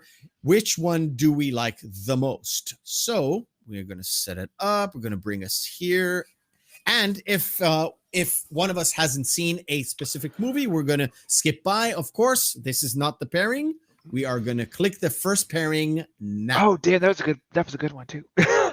Too bad. Oh, Oh, brother, boy. where art thou? Or The Crush. I have not seen The Crush. All right. I would go with Oh, brother, where art thou? Oh, good. This is a great poster, by the way. Oh, that's a really good. Chasing Amy or Oh, brother, where art thou? I'm going to start first. It's going to be Chasing Amy for me. Oh, brother is not one of my favorite Coen brother movies. Mhm. I give it respect for the good writing. I did not like the movie at all. Guess what, buddy? Hmm? We're in Spatico. Really? Yeah, I do not like where Old Brother Were Out There. I don't like that movie at all. Casino Royale and The Perfect Storm. Casino Royale because let's see, Mads Mikkelsen is awesome in it, Ava Green's awesome in it, and Daniel Craig is great in it. Even though Daniel Craig is almost my least favorite Bond. He's up there, but he's not the worst though. All right. So Primal Fear with Richard Gere or Ace Ventura Pet Detective. I'm going to go first. It's going to be Ace Ventura, even though Primal Fear is really good. I have to go with Ace Ventura as well, just because it launched Jim Carrey's career. And I know Sap's going to be really pissed off that because he hates Jim Carrey. Pirates of the Caribbean at World's End. That's 3 versus Mean Girls. Had it been the second Pirates of the Caribbean, we'd have a conversation, but it has to be Mean Girls. It's like it's Tina Fey's best film. It's awesome. It's a good movie. The Hunt for the Red October and The Italian Job. I hate The Italian Job. It is not a good movie at all. Guess what? Same here. You know why? Because there was a giant advert for what? The fucking Mini Cooper. Yep. Fuck that shit. All right. Austin Powers and The Spy Who Shagged Me. That's number 2. Or Charlie's Angels. It's not the remake, but it's the Cameron Diaz. It's the reimagining of it's the reimagining, the first one of. Yeah, and they did another one and another really bad. I'm deferring my opinion to the chat. I hate both of these movies. Really? Yep. I like what they did in Charlie's Angels, where they went a little bit more comedic in this one. Plus Sam Rockwell. Yet Austin Powers, the second one, introduced us to the big fat dude that I always forget his name, and it has Heather Graham in it. So it's going to be Austin Powers. And that was right after she was Roller Girl in what? Yeah.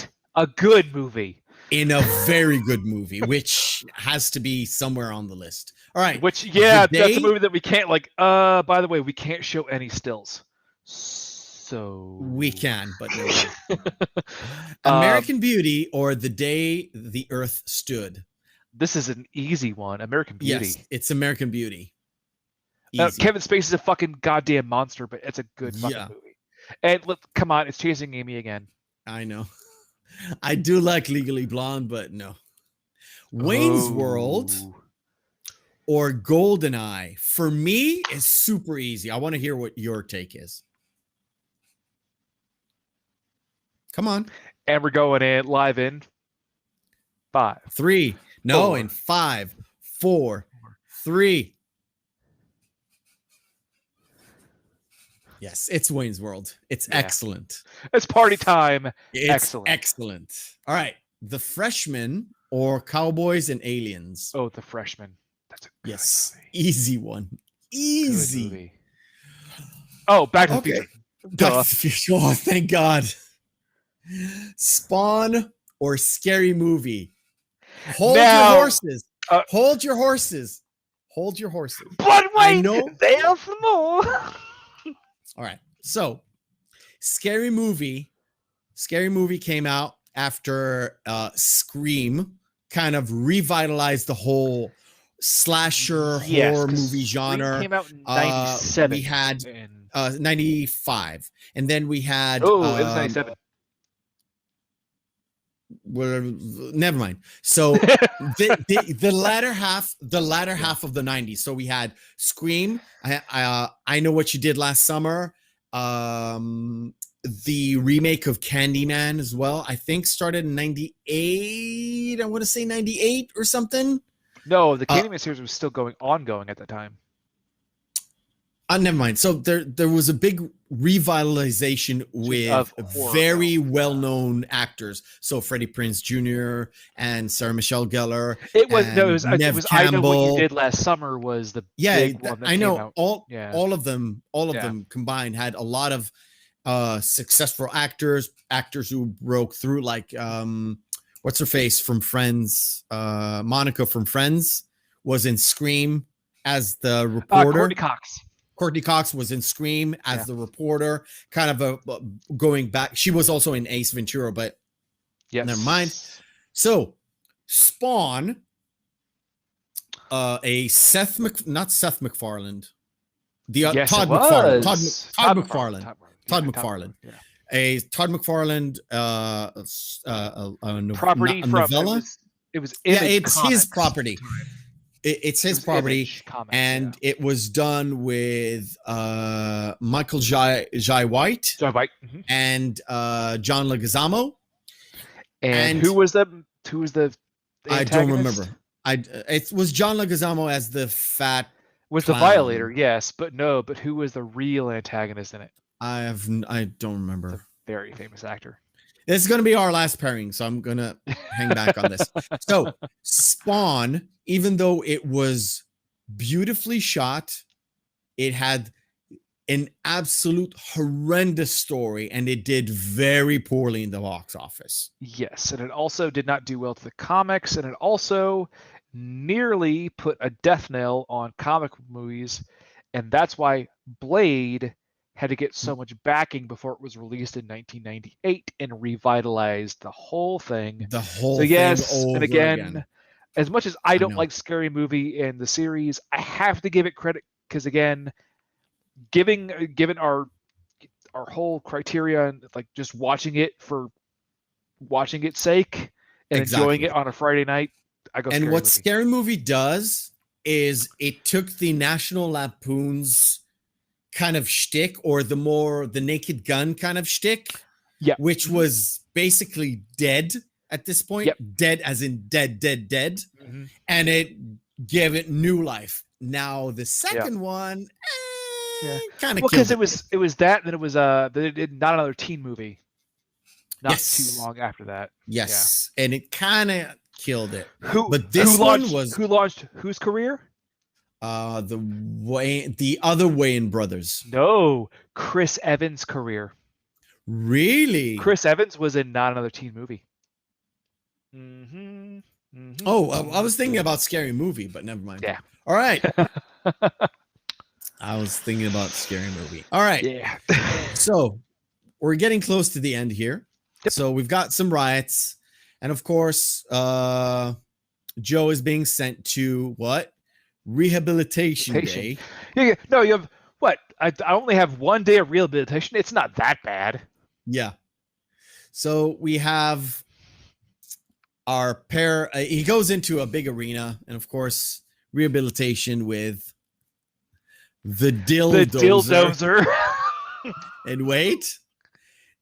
And of course, I don't remember it's two brothers, right? Two brothers. I don't remember their names. But the other one is the Ass Blaster. Dildozer and the Ass Blaster. There are rumors that Beef Supreme might show up. Yeah, Beef Supreme might show up. So they give, By the way, that's the Wayne's World car. That's the Subaru Justy. Yeah. With a big fucking dildo at the front of it. Well, there was one thing too that they mentioned that they're like, well, when he got arrested, Rita went to see him in prison and having one of those like one-on-one visits. Like, well, can't you use what you did before to get out? He goes, no, they literally chained me to a rock. That's and the they rock. show him chained to a rock. And that's the rock what they're is bringing literally in right there. And they put him in the car and they try to like jam the doors closed. Idiot. And the chain. he sits there like the chain. And they're so smart. They just put the thing in the car. They drop the rock on the back and it crushes the back and it goes like, who's smart now? So, of course, the person that comes to sing the national anthem is the Oh My Balls guy. And as he sings, you can see from the back, people jump the thing, right? And run over and give him the fucking hoof him right in the nuts. Run the fucking balls, right? They kick him right in the balls. And everybody goes, that's from the show. Yeah. So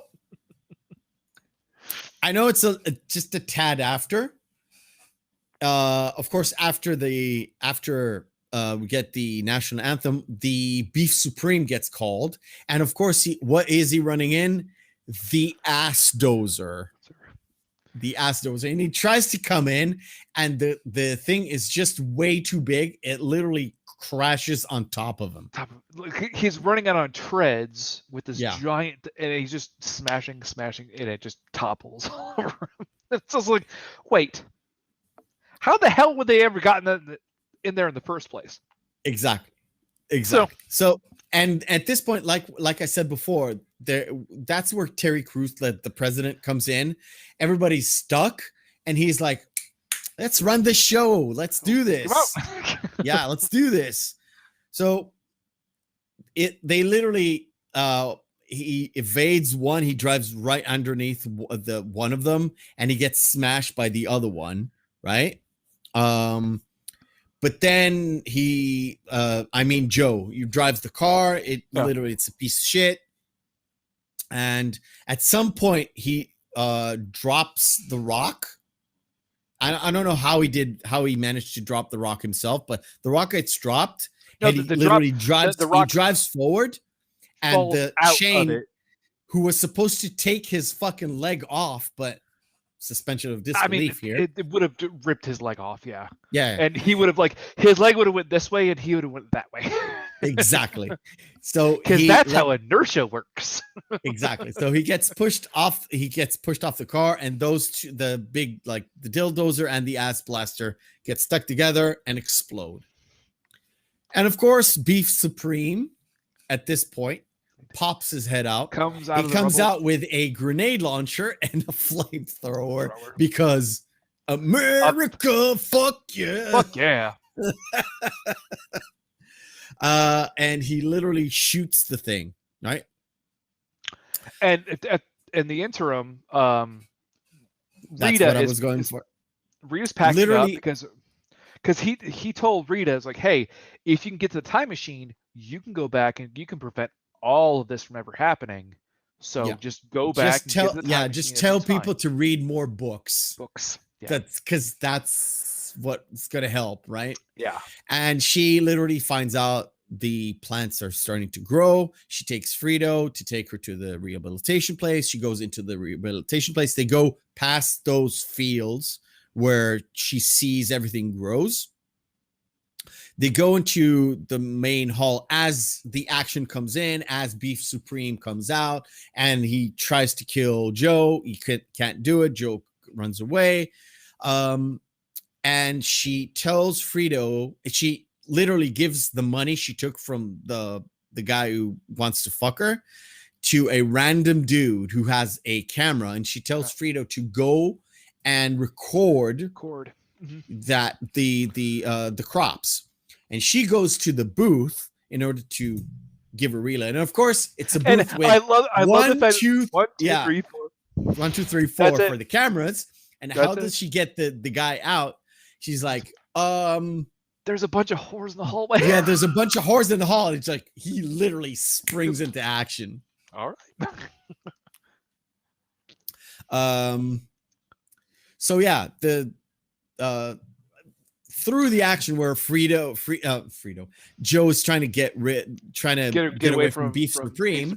Frito and the other dude, they drive up to the field and they go, so wait, you like money? Yeah, I like money too. And he goes, wait, I got all this money, but I don't remember what I'm supposed to do with it. Do you want to go get a latte? No. They go up to the place and they see, oh, it's latte. It's half. Oh, that's a great deal. And the cameraman is like, oh, I got this whole bunch of money, and immediately they like forget. And when they come out, it's like, where's your pants? Do I look like the pants goblin? Do I look like a pants goblin? Okay. They go first. He goes, wait, you like money and you like sex too? We should hang out more.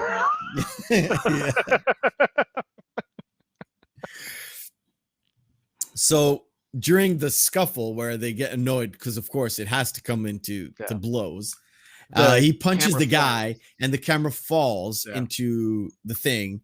And as soon as as soon as Rita sees it literally fell in front of a plant, she relays that into the arena, and everybody's interested.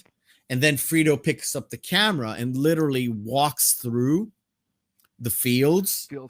Yeah, but in the interim though, Joe gets the mic that comes down, and he gives that impassioned speech where he goes like, Yeah, everybody, is this the way we're gonna solve things? And Beef Supreme goes, no, he goes like to listen to him. No, yeah, he tells. And then after he's done, he goes, he's like, exactly. Meaning, like, oh wow, really? Yes, really? They went there. They actually went there. Again? They went with the old gay tropes. They went with the old gay tropes because it's easy. It's easy. Look, at the end of the day, we don't want to think about it. That's supposed to be the whole satire about it, is only a moron would think of that as an insult because it's the only thing they can think of to insult someone. Exactly. Yeah. It's all about,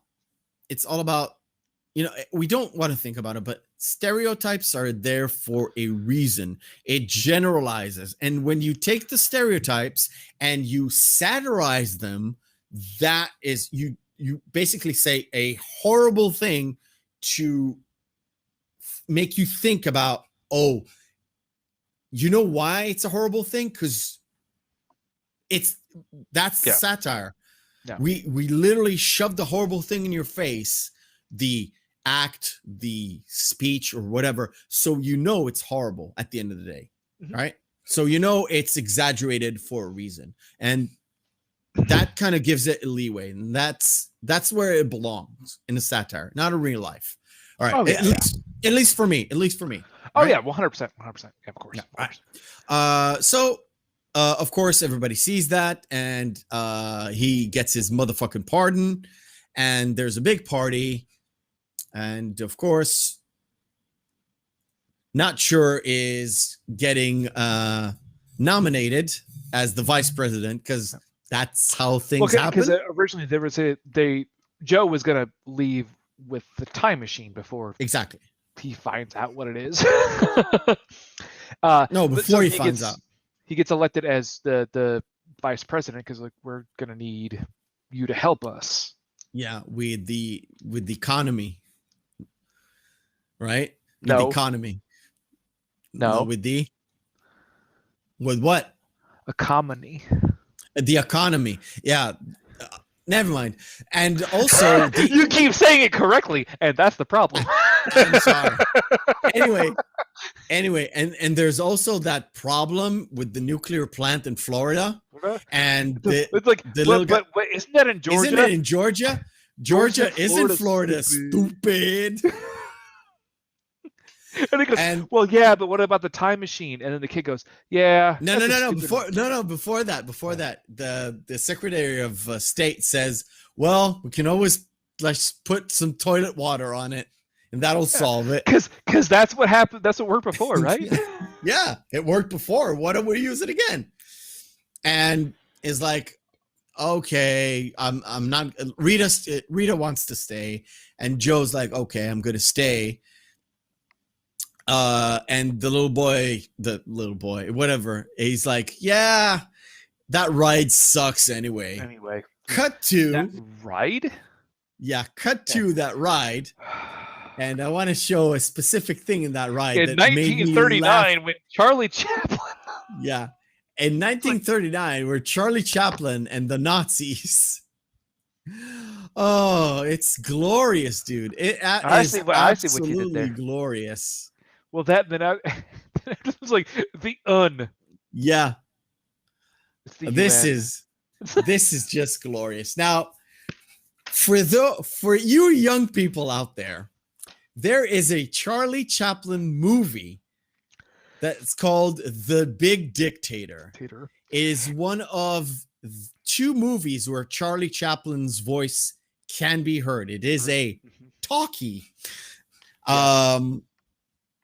Where he plays a version of Hitler. Because whatever. And It was one of the first actual film political satires ever. Yes, and even it outdates Doctor Strangelove, which is the next Really big one, yeah. really big political satire. Doctor Strangelove, or aka How I Fell in Love with the Bomb, or yes, the something. Yeah. You're absolutely maybe correct. Yeah. So who saved us? America, and of course the forces of the Yeah, I love that part where it's a goddamn. They have Tyrannosaurus Rex. Why? Yes, it's the By the way, did you notice one of the flags is Brondo, and one of the flags is Carl's Jr. I know. Side note: all of today's podcast has been sponsored by Carl's Jr. Exactly. I wish. Just a sponsor. I don't want to eat there because I've never eaten there before. Anyway, they serve a lot of bacon. It wouldn't be popular in Israel. That's all I'm saying. That's why. That's why. So, of course, Joe replaces Macho Camacho, of course, at some point. After he becomes the president. I don't think they say. He says he replaced after him. two consecutive terms as vice president, he was elected as the president.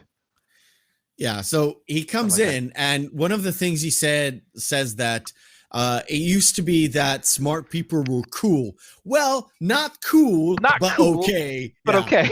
Not cool, but okay.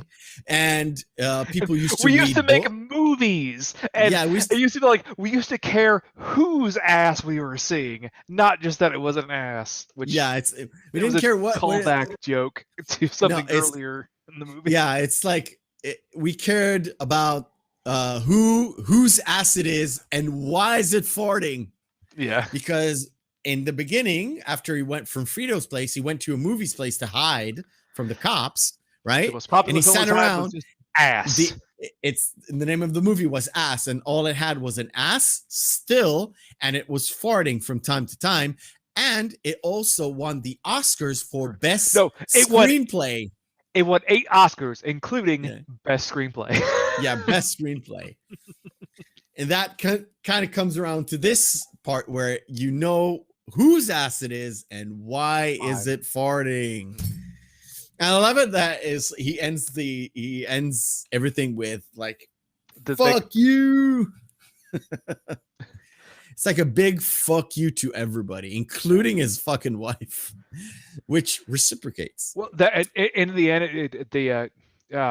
end, Rita and Joe had 3 of the smartest, three of the smartest children in the world, and his vice president Frito had 27 children with 8 different wives, and they were the dumbest. Like, and the balance of power remains. Yeah. And at the end, the narrator kind of says, well, Joe didn't actually save the world, but at least he got the ball rolling. And that's at the end, it was basically like, and it's not too bad for an average Joe. Yeah, an average Joe. Yeah. And that, my friend, is our movie. Except for the one little cutscene at the end. What was the cutscene at the end? The other pod that opens up at the very end of the credits. You did not see that? No. You've never seen that? No.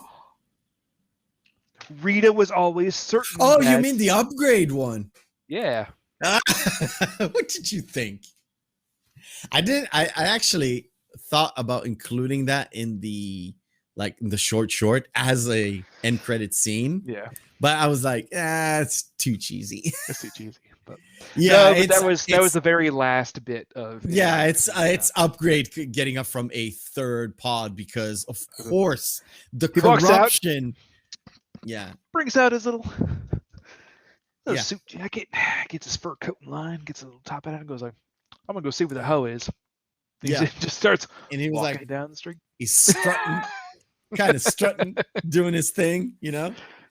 Oh man. Yeah, I know about the cutscene. Yeah. Oh my god. All right.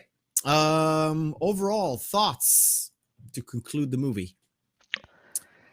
Because it is a because you go ahead. Never mind. I'll finish up. I was just gonna say, Fox did a major disservice to this movie when it was released. That's the reason why it tanked so poorly. It got no advertising whatsoever. None. Really? I know it tanked big time. No marketing. You know how much it made worldwide overall in its full theatrical release? I didn't check. $495,000 worldwide. Yikes! What was the budget? 35? Let me check. No, it was way less than that. No, the thing is, it was just like what Mike Judge's other big movie, Office Space. It made all of its money by becoming this sleeper cult hit. DVD sales skyrocketed. They sold 9 million DVDs when it was released on DVD. Okay, Idiocracy. For some reason, one budget says $4 million, the other one says 2.4. I'm gonna go with the $4 million. Box office $495,303. Yeah, the thing is though, it was after that though. Look at all the sales and aftermarket and all of the post. The post like re-releases in cinemas across even the Office world, Space, DVDs, even Office Space wasn't Blu-rays. very successful because it. Oh no, a $10 million budget. Yeah, and 12 million at the box office. So it's basically it wasn't a loss. Money. It's a loss overall. You have to make twice as much. Technically. Yeah. Depending on how much they push the promotion. They didn't push if they didn't do on Office Space, no, then maybe 12 million is a profit, but a very marginal one. They probably like that. I would say they pretty much broke even at best. Which means it's a flop. But then after that, but look at all the success it made afterward. And that's Office Space and Idiocracy? Well, Office Space moving into Idiocracy. How Office Space became this giant cult hit after its box office run. To be fair, I've seen Idiocracy on my cable, like on my TV. I've never seen it in the theaters. Never even heard of it in the theaters. Yeah. And neither did I see Office Space in the theater. I've seen it on my TV. I didn't see Office Space in theaters. I saw Idiocracy in theaters only because, do you know why? I was going to see another movie at the time, and I saw that, random movie poster up, in those big cineplexes in the States. Like, from the creator of Office Space, and the little tagline at the bottom, like, from the creator of Office Space, Mike Judge. I'm like, that's the guy who made Beavis and Butthead. I'm going to go see this movie. And it clicked in my mind. I'm like, I'm going to look this up. And then I actually went and saw it in the theater. It's amazing. They got your $400,000 or whatever. Yeah. All right. For me, Idiocracy is not only an indictment to the U.S. as a country that is at the pinnacle of like empire at the time and still is basically, but a sort of taking a stereotypical look at America and where everything can go and derail. And it is very, very possible through whatever means. And it's a shame because we're talking about the down-to-earth people, and the down-to-earth people are very much like not dumb, but not willing to participate, I would say. Yeah. and I'm willing to just sit back, relax, feed up, and watch TV and have some kids. And the more sophisticated people who are into things, people who are smart, because high IQ doesn't mean you're smart, but never mind. No. Those are the ones that yes and no, but I have high IQ. Am I smart? Maybe. I don't know. Yeah, those specific people who are just not the right time, it hits home so hard for me. So hard. Because I see it every single day. And I know specific couples that are like that, and individuals as well. So, sort of an indictment to me on the U.S., satire on the U.S., but also on the Western world. Because if I can see it here in Israel, and you can see it in the U.S., I'm sure you can see it in the UK, at the UK or Holland or Denmark or whatever people come from.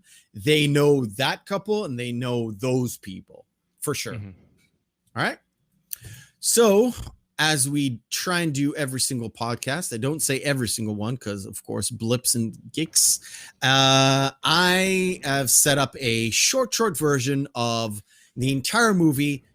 We'll have a condensed version. I call it the short version, as we will play it to send us off. It will start immediately as I pull it up, so enjoy yourselves. Okay, here we go. The short version. It's not a good time for kids. Pregnant again? Joe is the most average guy. Upgrade. Upgrade is my boyfriend. It's fine, don't worry about it. Ow, my balls. Shut up. Water? Like from the toilet? No tattoo. You are an unfit mother. Guilty. Yeah, baby, I can't wait. Your name is not sure. 2 buckets? I got sand on my face and everything. Yeah, I know where the time machine is. We can catch the shuttle at Costco. Welcome to Costco. I love you. I went to lawyer school here. Exotic coffee for men. Brought to you by Carl's Jr. Looks like a peanut. That's what I thought. I thought there were 2 of you. Would you mind if we had a little moment? Water was deemed a threat to Brondo's profits. But Brondo has what plants crave. Water? Like from the toilet? Joe talked to the plants and they wanted water. Oh shit, it's Upgrade. It's all your fault. Fox News. Yeah. The Dildozer. The Ass Blaster. That's a good deal. This guy just got a motherfucking pardon, right? You cared who ass it was and why it was farting.